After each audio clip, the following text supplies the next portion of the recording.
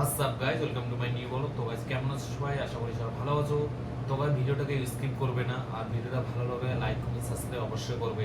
তো গাইজ তোমাদেরকে বলছিলাম যে আমাদের রুমে একটা পাগল আসছিল, মানে পাগল বলতে অতটা পাগল না বন্ধু, ঠিকঠাক আর কি। মানে ও 2 বছর হলো দুবাইতে আসার, বাংলাদেশ থেকে আর কি এখানটায় কাজ করে আমাদের কোম্পানিতে। হঠাৎ করে কি যেন হয়ে গেছে বুঝতে পারি না, কেউ জানে না হঠাৎ করে হয়ে গেছে। পুরো দুবাই মানে যেই যে জায়গা থেকে একটা হুসিরার নিচে ছোট মাইক, ওই মাইক নিয়ে পুরো যেই যে অন্য অন্য রাস্তা দিয়ে গান বাজাচ্ছে আর হাঁটতেছে, একা একা একাই কথা বলে, ফোনের মধ্যে একা একাই কথা বলে। মানে আমাদের কোম্পানির স্যার তখন রুমে নিয়ে আসে আমাদের রুমে, আমাকে বললো যে ওখানটায় ওকে দেখো একটু, কেননা সাইকো। ঠিক আছে, আমাদের সঙ্গে অনেক তর্ক করেছিল, আমি ওই ভিডিওটা আপলোড করেছি তোমাদেরকে দেখেছিলাম, মানে মারতে চেয়েছিল আমাদেরকে। তো আমাদের থেকে অনেক বড়, তাছাড়া পাগল মানুষের সঙ্গে বেশি কথা বলে লাভ নেই। তো একটা ইম্পর্টেন্ট কথা কি বলতো গাইজ, স্বপ্ন সবাই দেখে, এরকম কেউ পৃথিবীতে এগুলো কোনো ছেলে বানাতে স্বপ্ন দেখে না, স্বপ্ন সবাই দেখে, কিন্তু স্বপ্নকে কেউ পূরণ করতে পারে, কেউ পূরণ করতে পারে না, এরকম কিন্তু আছে গাইজ। কেউ হয়তো ফ্যামিলির চাপে বা নিজের যে কোনো অন্য কোনো অস্ট্রেলিয়ার স্বপ্নকে পূরণ করতে পারে না, সেটা বাস্তব। কিন্তু স্বপ্ন কারা পূরণ করতে পারো জানে? কারা পূরণ করতে পারে? যারা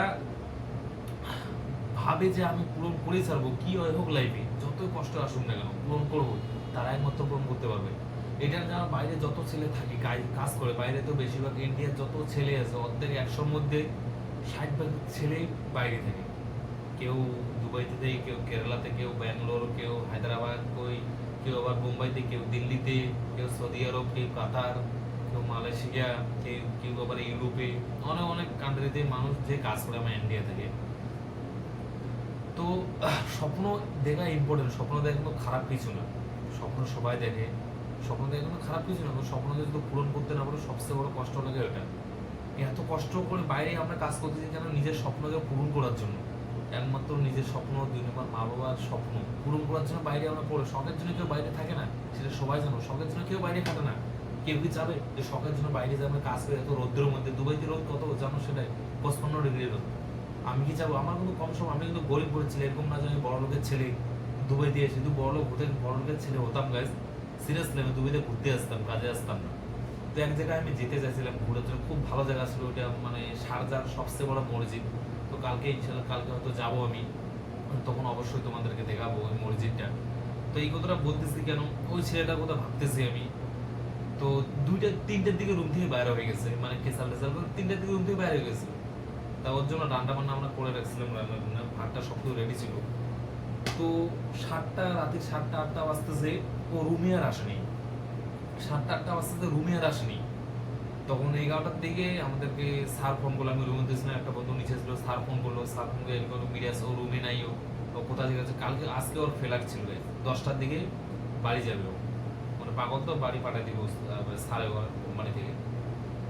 পাক্কা 11টার দিকে বাইরে হয়েছিলাম রুম থেকে, ওকে খোঁজা পাক্কা 3 ঘন্টা সারজা পুরো কি করছিলাম, কিন্তু ওকে আর পাইনি ছেলেটাকে। জানি না কোথায় আছে, কোন কিভাবে আছে আমি জানি না। কিন্তু ভাবতেছি, দেখো কার লাইফ কখন কি হয়ে যায় বলা যায় না। ভালো ছেলেটা কোথা থেকে কি হয়ে গেল, উপরওয়ালা কার সঙ্গে কি রকম করে সেটা কেউ বলতে পারে না। জিন্দেগি আমাদের লাইফ এইটুকু লাইফ, কিন্তু এইটুকু লাইফে দেখো কত প্রবলেম আমাদের, খাস করে গরিব ঘরের ছেলে নিজের স্বপ্নকে পূরণ করার জন্য কত কি না ছাড়ে।